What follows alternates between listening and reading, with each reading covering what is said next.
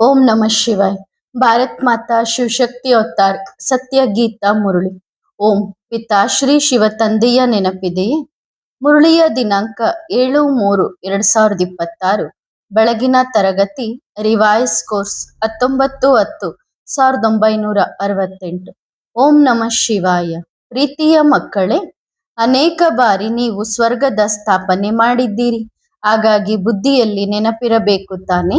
ಅನೇಕ ಬಾರಿ ರಾಜ್ಯವನ್ನು ಪಡೆದುಕೊಂಡಿದ್ದೀರಿ ಮತ್ತು ಕಳೆದುಕೊಂಡಿದ್ದೀರಿ. ಇದು ಬುದ್ಧಿಯಲ್ಲಿ ನಡೆಯುತ್ತಿರಲಿ. ಒಬ್ಬರಿಗೊಬ್ಬರು ಈ ವಿಷಯಗಳನ್ನು ತಿಳಿಸಿ ಪ್ರಾಪಂಚಿಕ ವಿಷಯಗಳಲ್ಲಿ ಸಮಯವನ್ನು ವ್ಯರ್ಥ ಮಾಡಬಾರದು.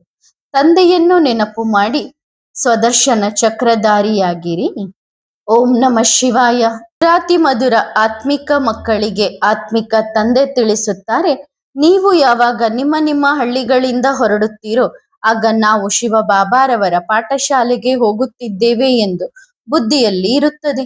ನೀವೇನು ಸಾಧು ಸಂತರ ಮುಂತಾದವರ ದರ್ಶನ ಮಾಡಲು ಅಥವಾ ಶಾಸ್ತ್ರಗಳನ್ನು ಕೇಳಲು ಬರುತ್ತಿಲ್ಲ. ನಾವು ಶಿವ ಬಾಬಾರವರ ಬಳಿ ಹೋಗುತ್ತಿದ್ದೇವೆ ಎಂದು ನಿಮಗೆ ಗೊತ್ತಿದೆ. ಪ್ರಪಂಚದ ಮನುಷ್ಯರು ಶಿವನು ಮೇಲಿದ್ದಾನೆ ಎಂದು ತಿಳಿದುಕೊಳ್ಳುತ್ತಾರೆ. ಯಾರೆಲ್ಲ ಶಿವನ ಪೂಜಾರಿಗಳಿದ್ದಾರೆಯೋ ಅವರು ಯಾವಾಗ ನೆನಪು ಮಾಡುತ್ತಾರೆಯೋ ಆಗ ಕಣ್ಣುಗಳನ್ನು ತೆರೆದು ಕೂರುವುದಿಲ್ಲ. ಅವರು ಕಣ್ಣುಗಳನ್ನು ಮುಚ್ಚಿ ಧ್ಯಾನದಲ್ಲಿ ಕೂರುತ್ತಾರೆ.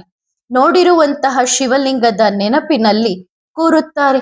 ಈಗ ಅನೇಕರನ್ನು ನೆನಪು ಮಾಡುತ್ತಿರುತ್ತಾರೆ. ಬಲೆ ಶಿವನ ಮಂದಿರಕ್ಕೆ ಹೋದರೂ ಸಹ ಶಿವ ಬಾಬಾರವರನ್ನು ನೆನಪು ಮಾಡಿದರೆ ಮೇಲ್ಗಡೆ ನೋಡುತ್ತಾರೆ ಅಥವಾ ಮಂದಿರ ನೆನಪಿಗೆ ಬರುತ್ತದೆ. ಕಣ್ಣುಗಳನ್ನು ಮುಚ್ಚಿ ಕೂರುತ್ತಾರೆ. ದೃಷ್ಟಿ ಎಲ್ಲಾದರೂ ನಾಮ ರೂಪದಲ್ಲಿ ಹೋದರೆ ನಮ್ಮ ನೆನಪು ತುಂಡಾಗಿ ಬಿಡುತ್ತದೆ ಎಂದು ತಿಳಿಸುತ್ತಾರೆ. ಈಗ ನೀವು ಮಕ್ಕಳಿಗೆ ಗೊತ್ತಿದೆ, ಬಲೆ ಶಿವ ಬಾಬಾರವರನ್ನು ನೆನಪು ಮಾಡುತ್ತಿದ್ದರು. ಕೆಲವರು ಕೃಷ್ಣನನ್ನು ನೆನಪು ಮಾಡುತ್ತಿದ್ದರು, ಕೆಲವರು ರಾಮನನ್ನು ನೆನಪು ಮಾಡುತ್ತಿದ್ದರು, ಕೆಲವರು ತಮ್ಮ ಗುರುವಿನ ನೆನಪು ಮಾಡುತ್ತಿದ್ದರು. ಗುರುವಿನ ಚಿಕ್ಕ ಲಾಕೆಟ್ ಅನ್ನು ಸಹ ಮಾಡಿಸಿ ಧರಿಸುತ್ತಿದ್ದರು. ಭಕ್ತಿ ಮಾರ್ಗದಲ್ಲಿ ಎಲ್ಲರೂ ಹೀಗೆಯೇ ಇದ್ದಾರೆ. ಮನೆಯಲ್ಲಿ ಕುಳಿತು ಸಹ ನೆನಪು ಮಾಡುತ್ತಾರೆ. ನಂತರ ಅವರ ನೆನಪಿನಲ್ಲಿ ಯಾತ್ರೆ ಮಾಡಲು ಸಹ ಹೋಗುತ್ತಾರೆ. ಚಿತ್ರವನ್ನು ಮನೆಯಲ್ಲಿಟ್ಟು ಪೂಜೆ ಮಾಡಬಹುದು ತಾನೆ. ಆದರೆ ಇದು ಸಹ ಭಕ್ತಿಯ ಪದ್ಧತಿ ಸಂಪ್ರದಾಯಗಳು ಪೂರ್ಣವಾದವು. ಜನ್ಮ ಜನ್ಮಾಂತರಗಳಿಂದ ಯಾತ್ರೆಗಳಿಗೆ ಹೋಗುತ್ತಾರೆ. 4 ಧಾಮಗಳ ಯಾತ್ರೆ ಮಾಡುತ್ತಾರೆ. 4 ಧಾಮ್ ಎಂದು ಏಕೆ ಹೇಳುತ್ತಾರೆ? ಈಸ್ಟ್ ವೆಸ್ಟ್, ಪೂರ್ವ ಪಶ್ಚಿಮ ಉತ್ತರ ದಕ್ಷಿಣ 4 ಕಡೆಗೂ ಸುತ್ತು ಹಾಕುತ್ತಾರೆ. ಭಕ್ತಿ ಮಾರ್ಗ ಯಾವಾಗ ಶುರುವಾಗುತ್ತದೆಯೋ ಆಗ ಮೊದಲು ಒಬ್ಬರ ಭಕ್ತಿಯನ್ನು ಮಾಡಲಾಗುತ್ತಿತ್ತು. ಅದನ್ನು ಅವ್ಯಭಿಚಾರಿ ಭಕ್ತಿ ಎಂದು ಹೇಳಲಾಗುತ್ತದೆ. ಸತೋ ಪ್ರಧಾನರಾಗಿದ್ದರು, ಈಗ ಆ ಸಮಯದಲ್ಲಿ ತಮೋ ಪ್ರಧಾನರಾಗಿದ್ದಾರೆ. ಭಕ್ತಿಯು ವ್ಯಭಿಚಾರಿ. ಅನೇಕರನ್ನು ನೆನಪು ಮಾಡುತ್ತಿರುತ್ತಾರೆ. ತಮೋ ಪ್ರಧಾನ 5 ತತ್ವಗಳಿಂದ ಮಾಡಲ್ಪಟ್ಟಿರುವ ಶರೀರವನ್ನೂ ಸಹ ಪೂಜಿಸುತ್ತಿರುತ್ತಾರೆ. ಸನ್ಯಾಸಿಗಳ ಶರೀರ ಯಾವುದರಿಂದ ಮಾಡಲ್ಪಟ್ಟಿದೆ? ಅದು ಸಹ ವಿಕಾರದಿಂದಲೇ. ತಮೋ ಪ್ರಧಾನ ತತ್ವಗಳಿಂದ ಮಾಡಲ್ಪಟ್ಟಿರುವುದು ಸಿಗುತ್ತದೆ. ಅಂದರೆ ತಮೋ ಪ್ರಧಾನ ಭೂತಗಳ ಪೂಜೆ ಮಾಡುತ್ತಾರೆ. ಈ ವಿಷಯಗಳನ್ನು ಯಾರೂ ಅರ್ಥ ಮಾಡಿಕೊಳ್ಳುವುದಿಲ್ಲ. ಬಲೆ ಇಲ್ಲಿಯೇ ಕುಳಿತಿದ್ದಾರೆ, ಆದರೆ ಬುದ್ಧಿಯೋಗ ಎಲ್ಲೆಲ್ಲೋ ಅಲೆಯುತ್ತಿರುತ್ತದೆ. ನೀವು ಮಕ್ಕಳು ಕಣ್ಣುಗಳನ್ನು ಮುಚ್ಚಿ ಶಿವ ಬಾಬಾರವರನ್ನು ನೆನಪು ಮಾಡಬಾರದು. ತಂದೆ ಬಹಳ ದೂರ ದೇಶದ ನಿವಾಸಿಯಾಗಿದ್ದಾರೆ ಎಂದು ನಿಮಗೆ ಗೊತ್ತಿದೆ. ತಂದೆ ಬಂದು ಮಕ್ಕಳಿಗೆ ಶ್ರೀಮತವನ್ನು ಕೊಡುತ್ತಾರೆ. ಶ್ರೀಮತದಂತೆ ನಡೆಯುವುದರಿಂದಲೇ ನೀವು ಶ್ರೇಷ್ಠ ದೇವತೆಗಳಾಗುತ್ತೀರಿ. ದೇವತೆಗಳ ಸಂಪೂರ್ಣ ರಾಜಧಾನಿ ತಯಾರಾಗುತ್ತದೆ ತಾನೆ. ನೀವು ಇಲ್ಲಿ ತಮ್ಮ ದೇವಿ ದೇವತೆಗಳ ರಾಜ್ಯವನ್ನು ಸ್ಥಾಪನೆ ಮಾಡುತ್ತಿದ್ದೀರಿ. ಮೊದಲು ನಿಮಗೆ ಗೊತ್ತೇ ಇರಲಿಲ್ಲ ಅದು ಹೇಗೆ ಸ್ಥಾಪನೆಯಾಗಿತ್ತು ಎಂದು. ಈಗ ನಿಮಗೆ ಗೊತ್ತಿದೆ. ಬಾಬಾ ನಮ್ಮ ತಂದೆಯೂ ಆಗಿದ್ದಾರೆ. ಟೀಚರ್ ಆಗಿ ಓದಿಸುತ್ತಾರೆ ಮತ್ತು ನಂತರ ಜೊತೆಯಲ್ಲಿ ಕರೆದುಕೊಂಡು ಹೋಗುತ್ತಾರೆ. ಸದ್ಗತಿ ಮಾಡುತ್ತಾರೆ. ಗುರುಗಳು ಯಾರ ಸದ್ಗತಿಯನ್ನು ಮಾಡುವುದಿಲ್ಲ. ಇಲ್ಲಿ ನಿಮಗೆ ತಿಳಿಸಲಾಗುತ್ತದೆ. ಒಬ್ಬರೇ ತಂದೆ ಟೀಚರ್ ಗುರುವಾಗಿದ್ದಾರೆ. ತಂದೆಯಿಂದ ಆಸ್ತಿ ಸಿಗುತ್ತದೆ. ಗುರು ಹಳೆಯ ಪ್ರಪಂಚದಿಂದ ಹೊಸ ಪ್ರಪಂಚಕ್ಕೆ ಕರೆದುಕೊಂಡು ಹೋಗುತ್ತಾರೆ. ಈ ಎಲ್ಲಾ ವಿಷಯಗಳನ್ನು ವಯಸ್ಸಾದ ಮಾತೆಯರು ಅರ್ಥ ಮಾಡಿಕೊಳ್ಳಲು ಸಾಧ್ಯವಿಲ್ಲ. ಅವರಿಗೆ ಮುಖ್ಯವಾದ ವಿಷಯವೆಂದರೆ ತಮ್ಮನ್ನು ಆತ್ಮ ಎಂದು ತಿಳಿದು ಶಿವ ಬಾಬಾರವರನ್ನು ನೆನಪು ಮಾಡಬೇಕು. ನಾವು ಶಿವ ಬಾಬಾರವರ ಮಕ್ಕಳಾಗಿದ್ದೇವೆ. ಶಿವ ಬಾಬಾ ನಮಗೆ ಸ್ವರ್ಗದ ಆಸ್ತಿಯನ್ನು ಕೊಡುತ್ತಾರೆ. ವಯಸ್ಸಾದ ಮಾತೆಯರಿಗೆ ಇಂತಹ ತೊದಲು ಭಾಷೆಯಲ್ಲಿ ತಿಳಿಸಬೇಕು. ತಂದೆಯಿಂದ ಆಸ್ತಿಯನ್ನು ಪಡೆಯುವುದು ಪ್ರತಿಯೊಂದು ಆತ್ಮನ ಹಕ್ಕಾಗಿದೆ. ಸಾವು ಎದುರಿಗೆ ನಿಂತಿದೆ. ಹಳೆಯ ಪ್ರಪಂಚವು ಅವಶ್ಯವಾಗಿ ಹೊಸದಾಗಬೇಕಿದೆ. ಹೊಸದು ಹಳೆಯದಾಗುತ್ತದೆ, ಹಳೆಯದು ಹೊಸದಾಗುತ್ತದೆ. ಮನೆಯನ್ನು ಕಟ್ಟಲು ಎಷ್ಟು ಕಡಿಮೆ ತಿಂಗಳುಗಳು ಬೇಕಾಗುತ್ತವೆ? ನಂತರ ಹಳೆಯದಾಗಲು 100 ವರ್ಷಗಳು ಬೇಕಾಗುತ್ತವೆ. ಈಗ ನೀವು ಮಕ್ಕಳಿಗೆ ಗೊತ್ತಿದೆ, ಈ ಹಳೆಯ ಪ್ರಪಂಚವು ಈಗ ವಿನಾಶವಾಗಬೇಕಿದೆ. ಈಗ ನಡೆಯುವ ಈ ಯುದ್ಧವು ಮತ್ತೆ 5000 ವರ್ಷಗಳ ನಂತರ ನಡೆಯುತ್ತದೆ. ಈ ಎಲ್ಲಾ ವಿಷಯಗಳನ್ನು ವಯಸ್ಸಾದವರು ಅರ್ಥ ಮಾಡಿಕೊಳ್ಳಲು ಸಾಧ್ಯವಿಲ್ಲ. ಅವರಿಗೆ ತಿಳಿಸುವುದು ದೊಡ್ಡವರ ಕೆಲಸವಾಗಿದೆ. ಅವರಿಗೆ ಒಂದು ಅಕ್ಷರವೂ ಸಾಕಾಗಿದೆ. ತಮ್ಮನ್ನು ಆತ್ಮ ಎಂದು ತಿಳಿದು ತಂದೆಯನ್ನು ನೆನಪು ಮಾಡಿ. ನೀವಾತ್ಮ ಪರಮಧಾಮದಲ್ಲಿ ವಾಸಿಸುವವರಾಗಿದ್ದೀರಿ. ಇಲ್ಲಿ ಶರೀರವನ್ನು ತೆಗೆದುಕೊಂಡು ಪಾತ್ರವನ್ನು ಅಭಿನಯಿಸುತ್ತೀರಿ. ಆತ್ಮ ಇಲ್ಲಿ ಸುಖ ದುಃಖದ ಪಾತ್ರವನ್ನು ಅಭಿನಯಿಸುತ್ತದೆ. ಮೂಲ ವಿಷಯ ತಂದೆ ಹೇಳುತ್ತಾರೆ, ಶಿವ ಬಾಬಾರವರನ್ನು ನೆನಪು ಮಾಡಿರಿ, ಸುಖಧಾಮವನ್ನು ನೆನಪು ಮಾಡಿರಿ. ತಂದೆಯನ್ನು ನೆನಪು ಮಾಡುವುದರಿಂದ ನಿಮ್ಮ ಪಾಪಗಳು ಕತ್ತರಿಸಿ ಹೋಗುತ್ತವೆ ಮತ್ತು ನಂತರ ಸ್ವರ್ಗಕ್ಕೆ ಬರುತ್ತೀರಿ. ಈಗ ಯಾರು ಎಷ್ಟು ನೆನಪು ಮಾಡುತ್ತಾರೆಯೋ ಅಷ್ಟು ಪಾಪಗಳು ಕತ್ತರಿಸಿ ಹೋಗುತ್ತವೆ. ವಯಸ್ಸಾದವರು ಸತ್ಸಂಗ ಮುಂತಾದವುಗಳಲ್ಲಿ ಹೋಗಿ ಕಥೆಯನ್ನು ಕೇಳುತ್ತಾರೆ. ಅವರಿಗೆ ಗಳಿಗೆ ಗಳಿಗೆಗೂ ತಂದೆಯ ನೆನಪನ್ನು ಮಾಡಿಸಬೇಕು. ಶಾಲೆಯಲ್ಲಿ ಶಿಕ್ಷಣ ಇರುತ್ತದೆ, ಕಥೆಯನ್ನು ಕೇಳಲಾಗುವುದಿಲ್ಲ.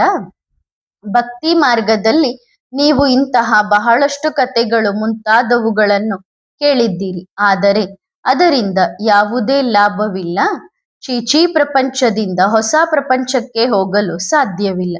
ಸುಖಧಾಮ ಶಾಂತಿಧಾಮ ಎನ್ನುವುದು ಯಾವ ವಸ್ತುವಿನ ಹೆಸರಾಗಿದೆ ಎಂದು ಯಾವುದೇ ವಿದ್ವಾಂಸ ಪಂಡಿತ ಆಚಾರ್ಯರ ಯೋಚನೆಯಲ್ಲಿಯೂ ಬರುವುದಿಲ್ಲ. ಮೊದಲು ನಿಮಗೂ ಗೊತ್ತಿರಲಿಲ್ಲ. ದೊಡ್ಡ ದೊಡ್ಡ ಚಿನ್ಮಯಾನಂದ ಸುಧಾನಂದರು ಸುಖಧಾಮ ದುಃಖಧಾಮವನ್ನು ತಿಳಿದುಕೊಂಡಿಲ್ಲ. ಸುಖಧಾಮವನ್ನು ಅವರು ನೋಡುವುದೂ ಇಲ್ಲ. ಅವರ ಸುಖವು ಕಾಗೆಯ ಬಂಗಾರ ಸಮಾನ ಸುಖವಾಗಿದೆ ಎಂದು ಹೇಳುತ್ತಾರೆ. ಹಾಗಾಗಿ ಅವರು ಯಾರಿಗಾದರೂ ದಾರಿಯನ್ನು ತೋರಿಸುತ್ತಾರೆಯೇ? ನೀವು ತಿಳಿಸುತ್ತೀರಿ, ಆದರೂ ಸಹ ಅವರು ಕುಂಭಕರ್ಣನ ನಿದ್ರೆಯಲ್ಲಿ ಮಲಗಿರುತ್ತಾರೆ. ಸನ್ಯಾಸಿಗಳಿಗೆ ಸುಖಧಾಮ ಶಾಂತಿಧಾಮದ ಬಗ್ಗೆ ಏನು ಗೊತ್ತು? ಶಾಂತಿಧಾಮದ ಬಗ್ಗೆಯೂ ಅವರಿಗೆ ಗೊತ್ತಿಲ್ಲ.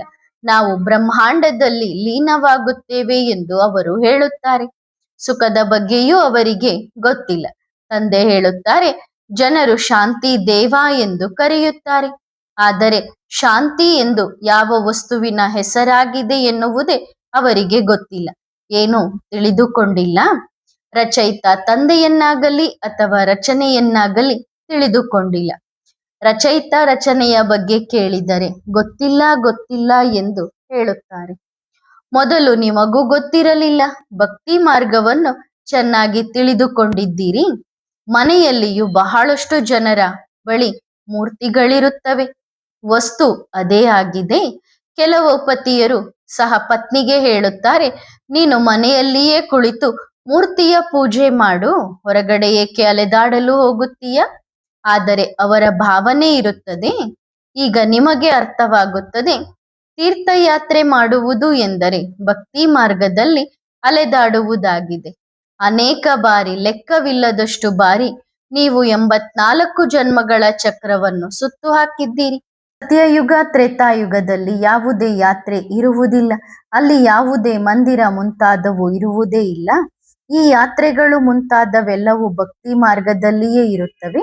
ಜ್ಞಾನ ಮಾರ್ಗದಲ್ಲಿ ಇವು ಯಾವುವು ಇರುವುದಿಲ್ಲ. ಅದನ್ನು ಭಕ್ತಿ ಎಂದು ಹೇಳಲಾಗುತ್ತದೆ. ಜ್ಞಾನವನ್ನು ಕೊಡುವವರು ಒಬ್ಬ ತಂದೆಯ ಹೊರತು ಬೇರೆ ಯಾರೂ ಇಲ್ಲ. ಅವರೇ ಜ್ಞಾನದ ಸಾಗರ ಆಗಿದ್ದಾರೆ. ಜ್ಞಾನದಿಂದಲೇ ಸದ್ಗತಿಯಾಗುತ್ತದೆ. ಸದ್ಗತಿದಾತ ಒಬ್ಬ ತಂದೆಯಾಗಿದ್ದಾರೆ. ಶ್ರೀ ಶ್ರೀ ಶಿವಬಾಬಾ ಎಂದೇ ಹೇಳುತ್ತಾರೆ. ಅವರಿಗೆ ಟೈಟಲ್ನ ಅವಶ್ಯಕತೆ ಇಲ್ಲ. ಇದನ್ನು ಮಹಿಮೆ ಮಾಡುತ್ತಾರೆ. ಬಾಬನಿಗೆ ಶಿವಬಾಬಾ ಎಂದೇ ಹೇಳುತ್ತಾರೆ. ನೀವು ಸಹ ಕರೆಯುತ್ತೀರಿ, ಶಿವಬಾಬಾ, ನಾವು ಪತಿತರಾಗಿದ್ದೇವೆ. ಹೇ ತಂದೆ, ನೀನು ಬಂದು ನಮ್ಮನ್ನು ಪಾವನರನ್ನಾಗಿ ಮಾಡು. ಭಕ್ತಿ ಮಾರ್ಗದ ಕೆಸರಿನಲ್ಲಿ ಕುತ್ತಿಗೆಯವರೆಗೆ ಸಿಲುಕಿಕೊಂಡಿದ್ದೀರಿ. ಕುತ್ತಿಗೆಯವರೆಗೆ ಸಿಲುಕಿಕೊಂಡು ನಂತರ ಕೂಗಿಕೊಳ್ಳುತ್ತೀರಿ. ವಿಷಯ ವಾಸನೆಯ ಕೆಸರಿನಲ್ಲಿ ಸಂಪೂರ್ಣವಾಗಿ ಸಿಲುಕಿಕೊಳ್ಳುತ್ತೀರಿ. ಏಣಿಯನ್ನು ಕೆಳಗೆ ಇಳಿಯುತ್ತಾ ನಂತರ ಗಟಾರ್ನಲ್ಲಿ ಸಿಲುಕಿಕೊಳ್ಳುತ್ತೀರಿ. ಇದು ಯಾರಿಗೂ ಸಹ ಗೊತ್ತಾಗುವುದಿಲ್ಲ. ಆಗ ಬಾಬಾರವರಿಗೆ ಹೇಳುತ್ತಾರೆ, ಹೇ ತಂದೆಯೇ, ನೀನು ಬಂದು ನಮ್ಮನ್ನು ಈ ಕೆಸರಿನಿಂದ ಹೊರತೆಗೆಯಿರಿ ಎಂದು. ತಂದೆಗೂ ಸಹ ಈ ಜಗತ್ತಿಗೆ ಡ್ರಾಮಾ ಅನುಸಾರ ಬರಲೇಬೇಕಾಗುತ್ತದೆ. ತಂದೆ ಹೇಳುತ್ತಾರೆ, ಇವರೆಲ್ಲರನ್ನು ಕೆಸರಿನಿಂದ ಹೊರತೆಗೆಯಲು ನಾನೂ ಸಹ ಬಂದಾಯಮಾನನಾಗಿದ್ದೇನೆ. ಇದನ್ನು ಕುಂಬಿ ಪಾಕ ನರಕ ಎಂದು ಹೇಳಲಾಗುತ್ತದೆ. ರೌರವ ನರಕ ಎಂದು ಹೇಳುತ್ತಾರೆ. ಇದನ್ನು ತಂದೆಯೇ ತಿಳಿಸುತ್ತಾರೆ. ಅವರಿಗೆ ಗೊತ್ತಾಗುವುದಿಲ್ಲ. ನೀವು ತಂದೆಗೆ ನೋಡಿ ಎಂತಹ ಆಮಂತ್ರಣವನ್ನು ಕೊಡುತ್ತೀರಿ. ಆಮಂತ್ರಣವನ್ನು ಯಾವುದಾದರೂ ಮದುವೆ ಮುಂತಾದವುಗಳಿಗೆ ಕೊಡಲಾಗುತ್ತದೆ. ಆದರೆ ನೀವು ಹೇಳುತ್ತೀರಿ, ಹೇ ಪತಿತ ಪಾವನ, ನೀವು ಈ ಪತಿತ ಜಗತ್ತಿಗೆ ಬನ್ನಿರಿ. ಈ ಪತಿತ ಪ್ರಪಂಚ ರಾವಣನ ಪರಕೀಯ ದೇಶದಲ್ಲಿ ಬನ್ನಿರಿ. ನಾವು ಈ ರಾವಣನ ರಾಜ್ಯದ ಕೆಸರಿನಲ್ಲಿ ಕುತ್ತಿಗೆಯವರೆಗೆ ಸಿಲುಕಿಕೊಂಡಿದ್ದೇವೆ. ತಂದೆಯ ಹೊರತು ಬೇರೆ ಯಾರೂ ಇದರಿಂದ ಹೊರತೆಗೆಯಲು ಸಾಧ್ಯವಿಲ್ಲ. ದೂರ ದೇಶದ ನಿವಾಸಿಯಾದ ಶಿವಬಾಬಾ ಎಂದು ಹೇಳುತ್ತಾರೆ. ಇದು ರಾವಣನ ದೇಶವಾಗಿದೆ. ಎಲ್ಲ ಆತ್ಮವು ತಮೋ ಪ್ರಧಾನವಾಗಿದೆ. ಆದ್ದರಿಂದ ಹೇ ತಂದೆ, ನೀನು ಬಂದು ನಮ್ಮನ್ನು ಪಾವನರನ್ನಾಗಿ ಮಾಡು ಎಂದು ಕರೆಯುತ್ತಾರೆ. ಪತಿತ ಪಾವನ ಸೀತಾರಾಮ್ ಎಂದು ಹೇಳಿ ಎಲ್ಲರೂ ಕೂಗಿಕೊಳ್ಳುತ್ತಿರುತ್ತಾರೆ. ಸನ್ಯಾಸಿಗಳು ಸಹ ಹೀಗೆ ಕುಳಿತು ಗಾಯನ ಮಾಡುತ್ತಾರೆ. ಅವರೇನು ಪವಿತ್ರರಾಗಿರುತ್ತಾರೆ ಎಂದಲ್ಲ. ಈ ಪ್ರಪಂಚವೇ ಪತಿತವಾಗಿದೆ ತಾನೆ, ರಾವಣನ ರಾಜ್ಯವಾಗಿದೆ. ಇದರಲ್ಲಿ ನೀವು ಸಿಲುಕಿಕೊಂಡಿದ್ದೀರಿ. ಆದರೂ ಸಹ ಆಮಂತ್ರಣ ತಂದೆಗೆ ಕೊಡುತ್ತೀರಿ. ಹೇ ತಂದೆ, ನೀನು ಬಂದು ನಮ್ಮನ್ನು ಈ ಕುಂಬಿಪಾಕ ನರಕದಿಂದ ಹೊರತೆಗೆಯಿರಿ. ಹಾಗಾಗಿ ತಂದೆ ಬಂದಿದ್ದಾರೆ. ನಾನು ನಿಮ್ಮ ಎಂತಹ ವಿಧೇಯ ಸೇವಕನಾಗಿದ್ದೇನೆ. ನೀವು ಕಾಮಚಿತೆಯ ಮೇಲೆ ಸುಟ್ಟು ಸತ್ತಿದ್ದೀರಿ. ಈಗ ತಂದೆಯನ್ನು ಕೂಗಿ ಕರೆಯುತ್ತೀರಿ, ಹೇ ತಂದೆ, ನೀವು ಬನ್ನಿರಿ. ಈ ದುಃಖಧಾಮದ ಗಟಾರ್ನಿಂದ ನಮ್ಮನ್ನು ಹೊರತೆಗೆಯಿರಿ. ತಂದೆ ಹೇಳುತ್ತಾರೆ, ನೀವು ಸಹ ತಮೋ ಪ್ರಧಾನರಾಗಿದ್ದೀರಿ ತಾನೆ. ನನ್ನನ್ನು ಕಲ್ಲು ಮಣ್ಣುಗಳಲ್ಲಿ ಇದ್ದಾರೆ ಎಂದು ಹೇಳುತ್ತಿದ್ದವರು ಕಚ್ಚಾವತಾರ, ಮಚ್ಚಾವತಾರ, ವರಹ ಅವತಾರ ಎಂದು ಬೈಗುಳಗಳನ್ನು ಕೊಡುತ್ತಿದ್ದೀರಿ. ಎಷ್ಟೊಂದು ಬೈಗುಳಗಳನ್ನು ಕೊಡುತ್ತಿದ್ದೀರಿ. ನೆನಪಿದೆಯೇ? ಇದು ಸಹ ಆಟವಾಗಿದೆ. ಎಷ್ಟೊಂದು ಅಪಕಾರ ಮಾಡುತ್ತೀರಿ ತಂದೆ. ಆದರೂ ಸಹ ತಂದೆಯೇ ಬಂದು ಉಪಕಾರ ಮಾಡುತ್ತಾರೆ. ನೀವು ಪೂಜ್ಯ ದೇವತೆಗಳಾಗಿದ್ದೀರಿ. ನಂತರ ಪತಿತರಾದಾಗ ಬೈಗುಳಗಳನ್ನು ಭಗವಂತನಿಗೆ ಕೊಡುತ್ತೀರಿ. ಕಣಕಣದಲ್ಲಿಯೂ ಪರಮಾತ್ಮ ಇದ್ದಾನೆ ಎಂದು ಹೇಳುತ್ತಾರೆ. ಎಷ್ಟೊಂದು ಕಠಿಣವಾದ ಬೈಗುಳಗಳಾಗಿದೆ. ಅರ್ಧಕಲ್ಪ ಗರ್ಭ ಜೈಲಿನಲ್ಲಿಯೂ ಶಿಕ್ಷೆಗಳನ್ನು ಅನುಭವಿಸಿದ್ದೀರಿ. ದುಃಖವನ್ನು ಅನುಭವಿಸಿದ್ದೀರಿ. ಆಯಸ್ಸು ಸಹ ಚಿಕ್ಕದ್ದು. ಅಕಾಲ ಮೃತ್ಯು ಆಗುತ್ತಾ ಬಂದಿದೆ. ಡ್ರಾಮಾದಲ್ಲಿ ಅಪಾರ ದುಃಖವನ್ನು ನೀವು ಮಕ್ಕಳೇ ನೋಡಿದ್ದೀರಿ. ಸಮಯವು ವ್ಯರ್ಥವಾಗುತ್ತಾ ಹೋಗುತ್ತದೆ. ಒಂದು ಸೆಕೆಂಡ್ ಇನ್ನೊಂದು ಸೆಕೆಂಡಿಗೆ ಹೋಲಿಕೆಯಾಗುವುದಿಲ್ಲ. ಪೂಜಾರಿಯಾಗಿ ಎಷ್ಟೊಂದು ಬೈಗುಳಗಳನ್ನು ಕೊಟ್ಟಿದ್ದೀರಿ. ಈಗ ನಿಮಗೆ ಏನೆಂದು ಹೇಳಲಿ? ಮುಖ ಮನುಷ್ಯರಂತಿದ್ದರೂ ನಿಮ್ಮ ನಡವಳಿಕೆ ಕೋತಿಯಂತಿತ್ತು. ಈಗ ನಾನು ಬಂದು ನಿಮ್ಮನ್ನು ಈ ಲಕ್ಷ್ಮೀನಾರಾಯಣರಂತೆ ಮಾಡುತ್ತೇನೆ. ನಂತರ ನೀವು ಅರ್ಧಕಲ್ಪ ರಾಜ್ಯಭಾರ ಮಾಡುತ್ತೀರಿ. ಇದನ್ನು ಸ್ಮೃತಿಯಲ್ಲಿ ತಂದುಕೊಳ್ಳಿ. ಈಗ ಸಮಯ ಬಹಳ ಕಡಿಮೆ ಇದೆ. ಮೃತ್ಯು ಶುರುವಾದರೆ ನಂತರ ಮನುಷ್ಯರು ವೈರಾಗ್ಯವಂತರಾಗುತ್ತಾರೆ. 3-4 ವರ್ಷಗಳಲ್ಲಿ ಏನಾಗಿ ಬಿಡುತ್ತದೆ? ಕೆಲವರು ವಿನಾಶದ ಸದ್ದು ಕೇಳಿಯೇ ಹಾರ್ಟ್ ಫೇಲ್ ಆಗುತ್ತಾರೆ. ಈ ರೀತಿ ಸಾಯುತ್ತಾರೆ ಎಂದರೆ ಆ ಮಾತನ್ನೇ ಕೇಳಬೇಡಿ. ವಯಸ್ಸಾದವರು ನೋಡಿ ಎಷ್ಟು ಜನ ಬಂದಿದ್ದಾರೆ. ಪಾಪ ಅವರು ಏನನ್ನೂ ಅರ್ಥ ಮಾಡಿಕೊಳ್ಳಲು ಸಾಧ್ಯವಿಲ್ಲ. ಹೇಗೆ ತೀರ್ಥಗಳಿಗೆ ಹೋಗುತ್ತಾರಲ್ಲವೇ, ಆಗ ಒಬ್ಬರಿಗೊಬ್ಬರು ನೋಡಿ ತಯಾರಾಗುತ್ತಾರೆ. ನಾವೂ ಸಹ ಹೋಗುತ್ತೇವೆ. ಈಗ ನಿಮಗೆ ಅರ್ಥವಾಗುತ್ತದೆ. ಭಕ್ತಿ ಮಾರ್ಗದ ತೀರ್ಥಯಾತ್ರೆಯ ಅರ್ಥವೇ ಏಣಿಯನ್ನು ಕೆಳಗೆ ಇಳಿಯುವುದಾಗಿದೆ, ತಮೋಪ್ರಧಾನರಾಗುವುದಾಗಿದೆ. ನಿಮ್ಮ ಅತಿ ದೊಡ್ಡ ಯಾತ್ರೆ ಇದಾಗಿದೆ. ನೀವು ಪತಿತ ಪ್ರಪಂಚದಿಂದ ಪಾವನ ಪ್ರಪಂಚಕ್ಕೆ ಹೋಗುತ್ತೀರಿ. ಹಾಗಾಗಿ ಈ ಮಕ್ಕಳಿಗೆ ಒಂದಲ್ಲ ಒಂದು ರೀತಿ ಶಿವಬಾಬಾರವರ ನೆನಪನ್ನು ಮಾಡಿಸುತ್ತೀರಿ. ಶ್ರೇಷ್ಠ ಪದವಿಯನ್ನು ಪಡೆಯಲು ಸಾಧ್ಯವಿಲ್ಲ. ಹೌದು, ಸ್ವರ್ಗಕ್ಕೆ ಬರುತ್ತಾರೆ. ಶಿವಬಾಬಾರವರ ಹೆಸರು ನೆನಪಿದೆ. ಸ್ವಲ್ಪ ಸ್ವಲ್ಪ ಕೇಳುತ್ತಾರೆ ಎಂದರೆ ಸ್ವರ್ಗಕ್ಕೆ ಬರುತ್ತಾರೆ. ಇದು ಅವಶ್ಯವಾಗಿ ಸಿಗಬೇಕಿದೆ. ಅಂದರೆ ಅವ್ರು ಬಾಬನ್ ನೆನಪು ಮಾಡಿದರೆ, ಸ್ವಲ್ಪ ಜ್ಞಾನ ಕೇಳಿದ್ದಾರೆ ಅಂದಮೇಲೆ ಅವಶ್ಯವಾಗಿ ಸತ್ಯುಗದಲ್ಲಿ ಒಂದು ಸಣ್ಣ ಪದವಿ ಪಡ್ಕೊಳ್ತಾರೆ. ಬಾಕಿ ಪದವಿಯು ಶಿಕ್ಷಣದಿಂದ ಸಿಗುತ್ತದೆ. ಅದರಲ್ಲಿ ಬಹಳ ವ್ಯತ್ಯಾಸವಾಗುತ್ತದೆ. ಅತಿ ಶ್ರೇಷ್ಠ ಮತ್ತು ಅತಿ ಕನಿಷ್ಠ, ಹಗಲು ರಾತ್ರಿಯ ವ್ಯತ್ಯಾಸವಾಗುತ್ತದೆ. ಎಲ್ಲಿ ಪ್ರೈಮ್ ಮಿನಿಸ್ಟರ್, ಪ್ರೆಸಿಡೆಂಟ್, ಎಲ್ಲಿ ಆಳು ಕಾಳು, ಕಸ ಗುಡಿಸುವವರು ಮುಂತಾದವರು. ರಾಜಧಾನಿಯಲ್ಲಿಯೂ ನಂಬರ್ ವಾರ್ ಇರುತ್ತಾರೆ ತಾನೆ. ಸ್ವರ್ಗದಲ್ಲಿಯೂ ರಾಜಧಾನಿ ಇರುತ್ತದೆ. ಆದರೆ ಅಲ್ಲಿ ಪಾಪಾತ್ಮರು, ಹೊಲಸು ವಿಕಾರಿಗಳು ಇರುವುದಿಲ್ಲ. ಅದು ನಿರ್ವಿಕಾರಿ ಪ್ರಪಂಚವೇ ಆಗಿದೆ. ನೀವು ಹೇಳುತ್ತೀರಿ, ನಾವು ಈ ಲಕ್ಷ್ಮೀನಾರಾಯಣರು ಅವಶ್ಯವಾಗಿ ಆಗುತ್ತೇವೆ ಎಂದು. ನೀವು ಕೈ ಎತ್ತುವುದನ್ನು ನೋಡಿ ವಯಸ್ಸಾದವರು ಮುಂತಾದವರು ಸಹ ಕೈ ಎತ್ತುತ್ತಾರೆ. ಅವರು ಏನನ್ನೂ ಅರ್ಥ ಮಾಡಿಕೊಳ್ಳುವುದಿಲ್ಲ. ಆದರೂ ತಂದೆಯ ಬಳಿ ಬಂದಿದ್ದಾರೆ ಎಂದರೆ ಸ್ವರ್ಗಕ್ಕಂತೂ ಹೋಗಿಯೇ ಹೋಗುತ್ತಾರೆ. ಆದರೆ ಎಲ್ಲರೂ ಹೀಗೆ ಆಗುತ್ತಾರೆಯೇ? ತಂದೆ ಹೇಳುತ್ತಾರೆ, ನಾನು ಬಡವರ ಬಂಧು ಆಗಿದ್ದೇನೆ. ಬಾಬಾ ಅಂತೂ ಬಡವರನ್ನು ನೋಡಿ ಖುಷಿಯಾಗುತ್ತಾರೆ. ಬಲೆ ಎಷ್ಟೇ ದೊಡ್ಡ ದೊಡ್ಡ ಸಾಹುಕಾರರು, ಪದ್ಮಾಪತಿಗಳಿದ್ದರೂ ಅವರಿಗಿಂತಲೂ ಇವರು 21 ಜನ್ಮಗಳಿಗಾಗಿ ಶ್ರೇಷ್ಠ ಪದವಿಯನ್ನು ಪಡೆಯುತ್ತಾರೆ. ಇದು ಸಹ ಒಳ್ಳೆಯದಾಗಿದೆ. ವಯಸ್ಸಾದವರು ಯಾವಾಗ ಬರುತ್ತಾರೋ ಆಗ ತಂದೆಗೆ ಖುಷಿಯಾಗುತ್ತದೆ. ಆದರೂ ಶ್ರೀಕೃಷ್ಣಪುರಿಗಂತೂ ಹೋಗುತ್ತಾರಲ್ಲವೇ? ಇದು ರಾವಣನ ಪುರಿಯಾಗಿದೆ. ಯಾರು ಚೆನ್ನಾಗಿ ಓದುತ್ತಾರೋ ಅವರು ಕೃಷ್ಣನನ್ನೂ ಸಹ ಮಡಿಲಲ್ಲಿ ಆಡಿಸುತ್ತಾರೆ. ಪ್ರಜೆಗಳು ಒಳಗಡೆ ಬರಲು ಸಾಧ್ಯವೇ? ಅವರಂತೂ ಯಾವಾಗಲಾದರೂ ದರ್ಶನ ಮಾಡುತ್ತಾರೆ. ಹೇಗೆ ಪೋಪ್ ದರ್ಶನ ಮಾಡಿಸುತ್ತಾರಲ್ಲವೇ? ಲಕ್ಷಾಂತರ ಜನರು ಬಂದು ದರ್ಶನ ಮಾಡಲು ಸೇರುತ್ತಾರೆ. ನೀವು ಹೇಳುತ್ತೀರಿ, ಅವರು ಪತಿತರಾಗಿದ್ದಾರೆ. ಪತಿತರು ಪತಿತರ ದರ್ಶನ ಮಾಡಿ ಏನು ಮಾಡುತ್ತಾರೆ? ಎವರ್ ಪಾವನರಂತೂ ಒಬ್ಬ ತಂದೆಯೇ ಆಗಿದ್ದಾರೆ. ಯಾರು ಬಂದು ನಿಮ್ಮನ್ನು ಎವರ್ ಪಾವನರನ್ನಾಗಿ ಮಾಡುತ್ತಾರೆ? ಇಡೀ ವಿಶ್ವವನ್ನು ಸತೋಪ್ರಧಾನವನ್ನಾಗಿ ತಂದೆಯೇ ಮಾಡುತ್ತಾರೆ. ಸತ್ಯಯುಗದಲ್ಲಿ ಈ 5 ಭೂತಗಳು ಇರುವುದಿಲ್ಲ. ಈ 5 ತತ್ವಗಳು ಸಹ ಸತೋಪ್ರಧಾನವಾಗಿ ಬಿಡುತ್ತವೆ. ನೀವು ಗುಲಾಮರಾಗಿರುತ್ತೀರಿ. ಇಲ್ಲಿ ಗುಲಾಮರಾಗಿದ್ದೀರಿ. ಎಂದಿಗೂ ನಷ್ಟವಾಗುವಂತಹ ಸೆಕೆ ಇರುವುದಿಲ್ಲ. 5 ತತ್ವಗಳು ಸಹ ನಿಯಮಾನುಸಾರ ನಡೆಯುತ್ತವೆ. ಅಕಾಲ ಮೃತ್ಯು ಆಗುವುದಿಲ್ಲ. ಈಗ ನೀವು ಸ್ವರ್ಗಕ್ಕೆ ಹೋಗುತ್ತೀರಿ ಎಂದರೆ ನರಕವನ್ನು ಬುದ್ಧಿಯಿಂದ ಮರೆತು ಬಿಡಬೇಕು. ಹೇಗೆ ಹೊಸ ಮನೆಯನ್ನು ಕಟ್ಟುತ್ತಾರೆಯೋ ಆಗ ಹಳೆಯದರಿಂದಲೂ ಬುದ್ಧಿ ದೂರವಾಗುತ್ತದೆ ತಾನೆ. ಬುದ್ಧಿ ಹೊಸ ಮನೆಯಲ್ಲಿಯ ಕಡೆಗೆ ಹೋಗುತ್ತದೆ. ಇದು ಬೇಹದ್ದಿನ ಮಾತಾಗಿದೆ. ಹೊಸ ಪ್ರಪಂಚದ ಸ್ಥಾಪನೆಯಾಗುತ್ತಿದೆ. ಹಳೆಯ ಪ್ರಪಂಚದ ವಿನಾಶವಾಗಬೇಕಿದೆ. ನೀವು ಹೊಸ ಪ್ರಪಂಚ ಸ್ವರ್ಗವನ್ನು ಸ್ಥಾಪನೆ ಮಾಡುವವರಾಗಿದ್ದೀರಿ. ನೀವು ಬಹಳ ಒಳ್ಳೆಯ ಕುಶಲ ಕರ್ಮಿಗಳಾಗಿದ್ದೀರಿ. ನಿಮಗಾಗಿ ಸ್ವರ್ಗವನ್ನು ಸ್ಥಾಪನೆ ಮಾಡುತ್ತಿದ್ದೀರಿ. ಎಷ್ಟೊಂದು ದೊಡ್ಡ ಒಳ್ಳೆಯ ಕುಶಲ ಕರ್ಮಿಗಳಾಗಿದ್ದೀರಿ. ನೆನಪಿನ ಯಾತ್ರೆಯಿಂದ ನಿಮಗಾಗಿ ಹೊಸ ಪ್ರಪಂಚ ಸ್ವರ್ಗವನ್ನು ಸ್ಥಾಪನೆ ಮಾಡುತ್ತಿದ್ದೀರಿ. ಸ್ವಲ್ಪ ನೆನಪು ಮಾಡಿದರೂ ಸಹ ನೀವು ಸ್ವರ್ಗಕ್ಕೆ ಬರುತ್ತೀರಿ. ನೀವು ಗುಪ್ತ ವೇಷದಲ್ಲಿ ನಿಮ್ಮ ಸ್ವರ್ಗವನ್ನು ಸ್ಥಾಪನೆ ಮಾಡುತ್ತಿದ್ದೀರಿ. ನೀವು ಈ ಶರೀರವನ್ನು ಬಿಟ್ಟು ನಂತರ ಸ್ವರ್ಗದಲ್ಲಿ ಹೋಗಿ ವಾಸಿಸುತ್ತೇವೆ ಎಂದು ನಿಮಗೆ ಗೊತ್ತಿದೆ. ಹಾಗಾಗಿ ಇಂತಹ ಬೇಹದ್ದಿನ ತಂದೆಯನ್ನು ಮರೆಯಬಾರದು. ಈಗ ನೀವು ಸ್ವರ್ಗಕ್ಕೆ ಹೋಗುವುದಕ್ಕಾಗಿ ಓದುತ್ತಿದ್ದೀರಿ.